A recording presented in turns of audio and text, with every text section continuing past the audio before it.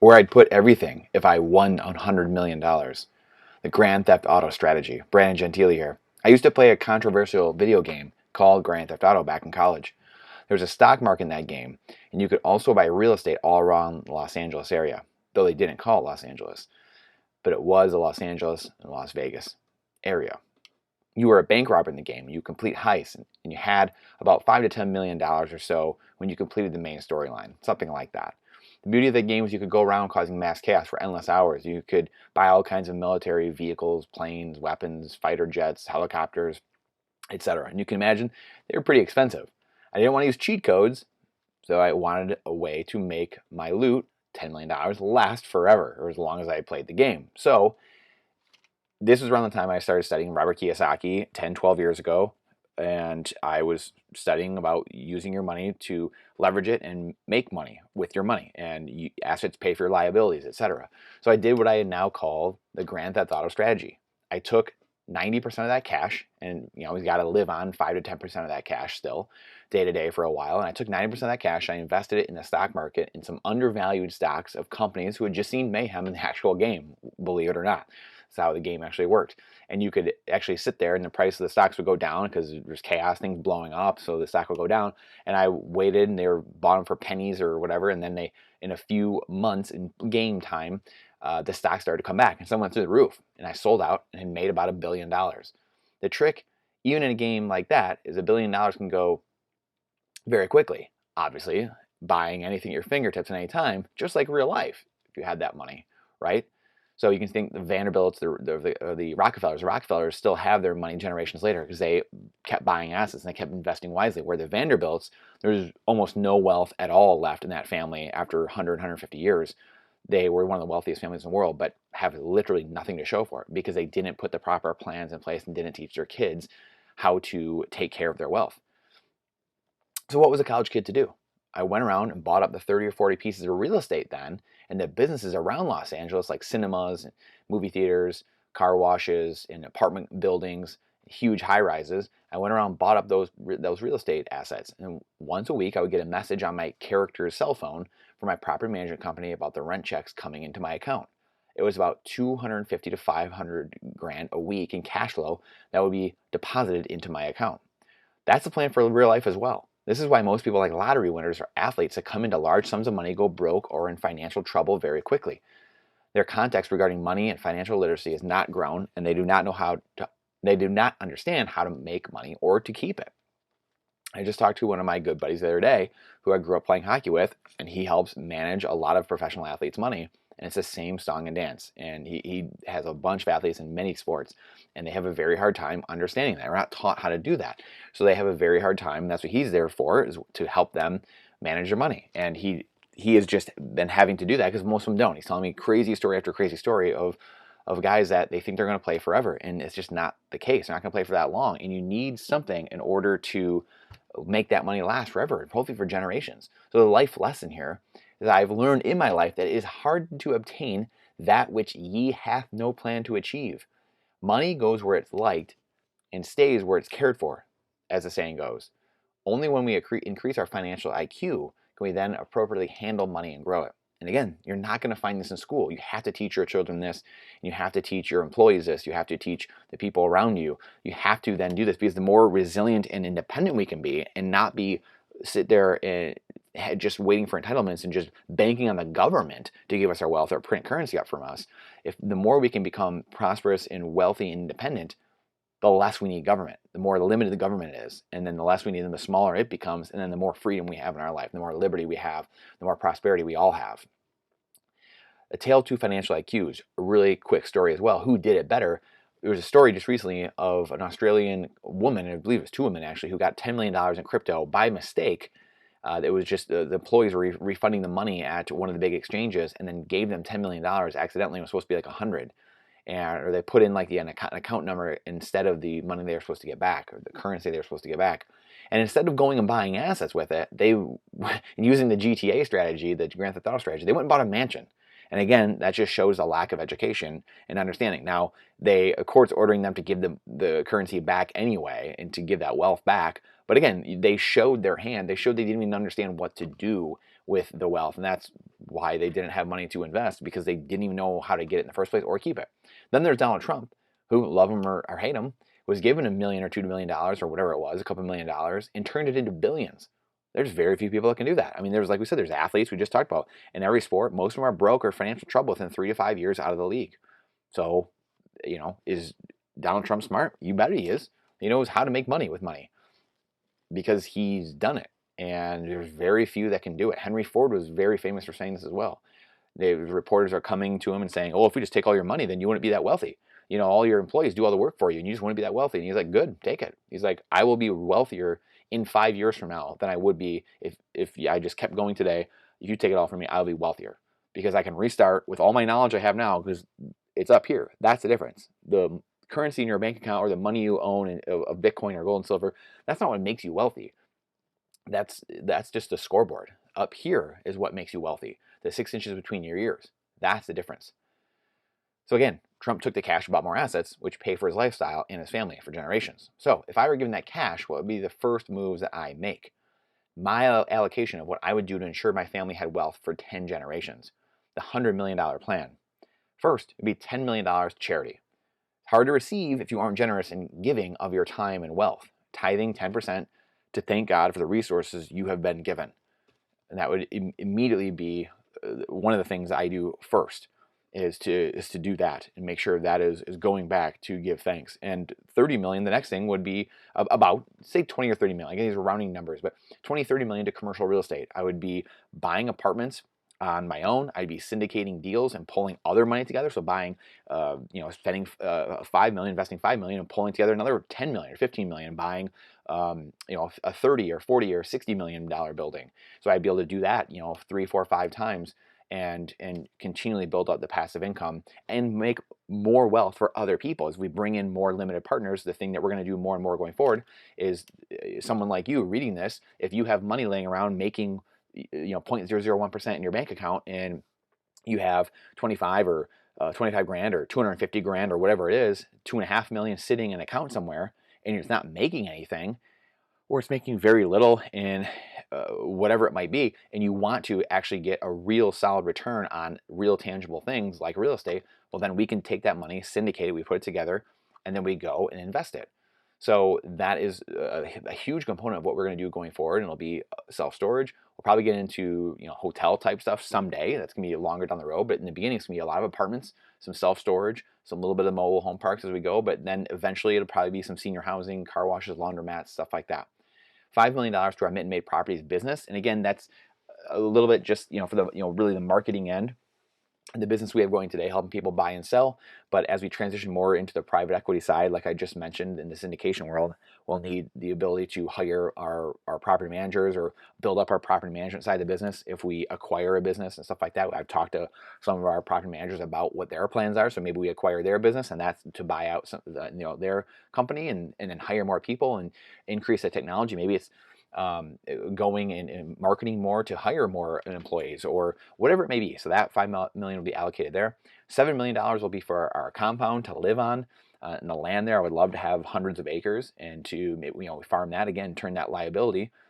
And how do we turn that into an asset? Maybe we're leasing out 100 acres for people to go hunt on.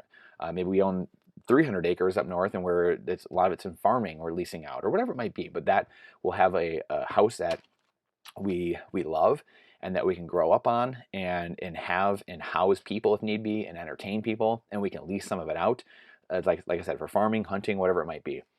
$3 million would be for survival, for guns and ammo, security, food, energy, water. Those would be kind of your survival things, and gadgets, things like that to secure the premises. And really some of this too would be, food storage. A lot of it would be helping to kind of stock other people as well, friends, family, stuff like that, people that are close to me, because most people I talk to, they don't believe a lot of things I'm saying. They're just not as far down the line. So I know when stuff hits the fan, there's going to be other people around me that need help. That's absolutely guaranteed, because history again has shown us that many times. This is going to happen, so I want to be able to help people around me. So those couple million will be spent, securing that part of it. 10 million will be in collectibles. There's an old saying, I forget who it was. It was European family, and they said, hey, wow, you guys have had your generation for hundreds and hundreds of years. How have you guys kept it? And they said, well, three things. That's it. It was, just land, gold, and art. That was what they held for hundreds of years, and that was their big thing. And so that's why collectibles, art, jewelry, classic cars, some of those things are fun to have as well, right? So they're holding some wealth, but they're also in things that you like. Maybe you like to drive or like to wear, and then $10 million in Bitcoin. Obviously, we talk about Bitcoin a lot here. I probably should move this to like the end or something like that. But this is, I think ironically is going to demonetize a lot of these things like art, jewelry, and classic cars. I think Bitcoin is going to take a lot of that premium off of those other assets. And actually, it's going to all really kind of flow to Bitcoin because it's the easiest thing in the world to transfer through space and time. I can transfer it almost for free, basically 100 years from now. My descendants can have it. All they have is the 24 words in their head, 12, 20 words, boom, they've got it. I don't have to pay someone to store it like gold. I don't have to pay someone to keep it safe, or it doesn't get ruined in a flood like art can or a classic car. It doesn't get lost, or it could get lost, I guess, but like jewelry or whatever it is. So Bitcoin will demonetize a lot of those assets, like gold and silver as well, ironically. But again, you can't know all outcomes. I do believe Bitcoin will be the fastest horse. It'll change our life the most by far and be the industry that I am working in, a couple decades from now, really exclusively, and doing a lot of real estate as well. I'll be real estate and Bitcoin. They go hand in hand. One's digital property and one's real physical property. So I think those are the two businesses. I know those are the two businesses that I'll be working in, continuing to work in forever going forward. And gold and silver will be demonetized again a little bit by Bitcoin, but still, it's those rare earth minerals that we need in other things, though, especially silver. I really love silver because it's in so many things and in so much of the technology going forward. We are absolutely going to need that. And so that's why I'm a huge believer in that. So we will be allocating. And again, just because I believe that Bitcoin will win the race. We've done all these other posts and blogs and videos about how you just need a little bit of allocation in Bitcoin and you can do unbelievable damage. I mean, 10 million Bitcoin, I think I don't even know what it is now, but I was just doing some math earlier, but if you held small amounts of your wealth in Bitcoin, this could easily, double, 10x, 100x your wealth of $100 million, and you put that much in there. We're talking, we'll just pull it up here just to look at it actually. So if you put $10 million into Bitcoin, and again, we've talked about some scenarios where it could go. That's what I was doing actually. So 500 ounces or 500 Bitcoin, and then again, if it goes to these crazy prices, and they have like a lot of the models have shown us just through network effects what Amazon has done throughout the years, or Facebook, and just their network effect and them growing their user base going forward. There's already 176 million users with Bitcoin, and it's already passed a lot of things. It's on the heels of Twitter and things like that. So as it grows and gets to the Facebook world where they have 3 billion users, and it really gets to 5 million, 6 million, or billion, 8 billion, it gets to all the users in the world, because everyone will want the soundest money on earth to ever be known to man. Well, then you're talking about these massive numbers we talked about. So again, even if you get to a 2 million price, like we said, 10 years from now, that's $1 billion, right? So you have $1 billion and you only put 10 million into Bitcoin. And you're looking 10, 20 years from now having $1 billion. So you now 10x'd what you're doing. Anyway, that's, but my point was, even though we don't know, or even though I think it's going to be the thing that crushes everything, I don't think there's anything on here that's going to have even close to return over the next a couple decades like Bitcoin will, and what the freedom and liberty it will bring back to humanity. So there's these multifold effect going on with Bitcoin and what it's going to do, and all the qualities it has, and taking power away from the elites and giving it back to the people. I still would have because it's such an asymmetric trade, I wouldn't have everything. You don't need to have everything in there. You could put the whole 100 million in there, right? So you could have $10 billion, I guess, instead of $1 billion. There's still the chance that I know I don't know everything in the world. So I can do all the research in the world and I can do everything, but there could be a black swan, right? There's just this past week or so, I believe they did Bitcoin Lightning transfer over a ham radio. So people that say, oh, there's, an asteroid hits or whatever it is, and, the internet's knocked out or whatever, well, then Bitcoin can't exist. And Bitcoin's pretty much done everything it's been asked to do, whether it's, been through wars, going through inflations, deflations. They're doing things to make it robust, where it's on satellites now. The Bitcoin network is the blockchain is being broadcast on satellites. ham radio. I mean, there's there's very few things that where it's like, okay, what can't Bitcoin do? So again, this is not to be a Bitcoin talk. My whole point of this is some people might say, well, Brandon, you always talk about Bitcoin, and why isn't it all of your portfolio? Why isn't it half of it? Because I believe it's still in cash flow. I don't know what Bitcoin cash flow is going to come from that eventually. I think you can lend against it. If it's $1 billion, you could lend against that, obviously 1% of it or a fraction of a percent, and live off of that. But I don't want to do that. I want to be in business in these other areas. I want to do real estate, and I want to cash flow that and provide housing for people and provide good value for people too. I want to be able to do that and create housing and fix it up, make it better, make communities better. So anyway, I hope that kind of helps there, because again, just trying to drive home that point of you don't need everything in Bitcoin to really, take your wealth to the next level. But again, the most important thing, or the least cool aspect of Bitcoin, is the price, because again, we don't know where it's going at the end of the day. We think we have a pretty good idea where it's going, but we don't know for sure. So we want to be diversified. 10 million in gold and silver, 10 million in dividend aristocrat stocks. This is kind of that phase two. When you get to the point when you have enough cash and the stocks are undervalued, at the point where they're undervalued. Again, if I had this much cash lying around, I would definitely be putting in here, even whether these things were overvalued or not, quite honestly.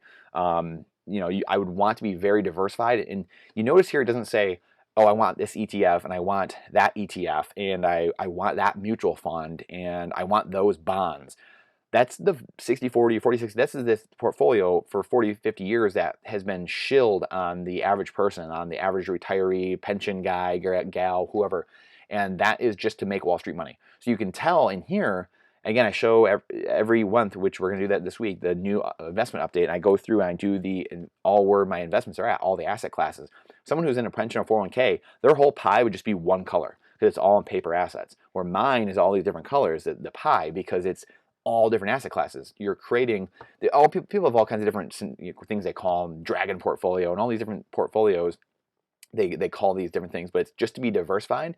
So that way, if one thing is going down, generally there's going to be another thing going up. So it buoys your portfolio, and you're not getting destroyed by the whims of the elites and central bankers. So again, when Bitcoin is going to go up and gold and silver, these things are going to go up massively as governments destroy their currencies inevitably, because they have to over the long term here. So dividend paying stocks, like I said, if you're making 2, 3, 4, 5, 6% on dividend paying stocks with $10 million, that's hundreds and hundreds of thousands of dollars a year that you're just getting in quarterly checks, just like you would be getting quarterly disbursements in your real estate holdings. You'd be getting those quarterly checks as well from real estate. So it's all about cash flow at the end of the day, and it's all about diversifying yourself and making sure this lasts forever. And $3 million in whole life insurance, so building up policies, and again, that might be underweight. Maybe I'd be doing more than that, and in building those up, and in bank accounts, to live off of. So maybe, like I said, these are rounded numbers to just give you an idea of the portfolio and where things would be at. And then $2 million to lend it out in private equity deals. That would be maybe other syndications across the country with our partners, with other things we're doing, and maybe it's things that I'm a limited partner in. And I'm just, hey, go do it. Maybe it's smaller developers doing just flips, and I'm gonna lend it out for 15% or something like that. That's what I'd be doing there, and just lending it out with other private placement deals, and doing private equity in that sense, where I'd just be lending and funding other deals as well. So anyway, I hope that helps. Ultimately, at some point, the money will run out. Like we said, even if you have $1 billion or 100 million or 10 million or $1 million, ultimately the money is going to run out someday. So we need to buy assets first that put money in our pocket each month. Then once you have done that, those assets can then pay for your toys, your liabilities. Remember also, set up your family trust with certain rules, set up the family wills, and make sure proper business entities like corporations, LLCs are set up to place assets in that then go inside the trust. Happy investing. Again, I'm not a financial advisor. I'm not a lawyer. I'm not a CPA. So go do your due diligence on this. Stay strong. Like I said, the most important part of this was just to see and show you where I put these things to last for generation after generation and collect cash flow every single month and live a life completely free of someone telling me what I have to do, what I can or can't do, when I can't go to the bathroom, when I can go on vacation. That's what this is. And again, I'm a true believer in, if you don't have a plan, it will never happen. If you aren't going to just luck into this. This isn't just something you're just going to, I fell into this somehow. But again, if you ever do and you buy a lottery ticket and you make $100 million, here's a plan where you can fairly easily go diversify yourself. And again, outside of one asset class. This is not diversification in stocks and bonds. That is not diversifying. That is one asset class, and that is putting your money on red and hoping that it pans out. So diversifying, truly making yourself independent, resilient, living the life, walking the talk, and creating that independence, that resilience.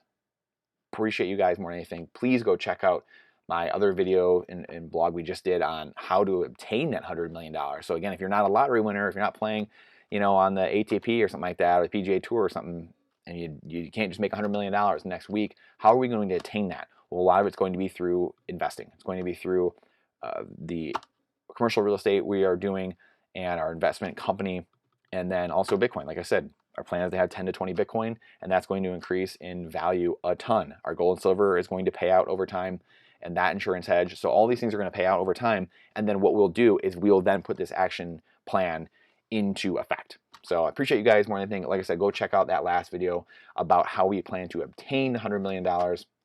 And then the one before that is keeping them poor, what the elites really don't want you to know, and the numbers to track to make sure we're focusing on what's needed to get this plan up and running off the ground. So I appreciate you guys so much. Like and subscribe if you got something out of this, or if you think you know someone who would appreciate it. If not, please dislike it. Please comment. Please let us know what else you would like to see and how we can get better and serve you more. And we'll see you on the next one.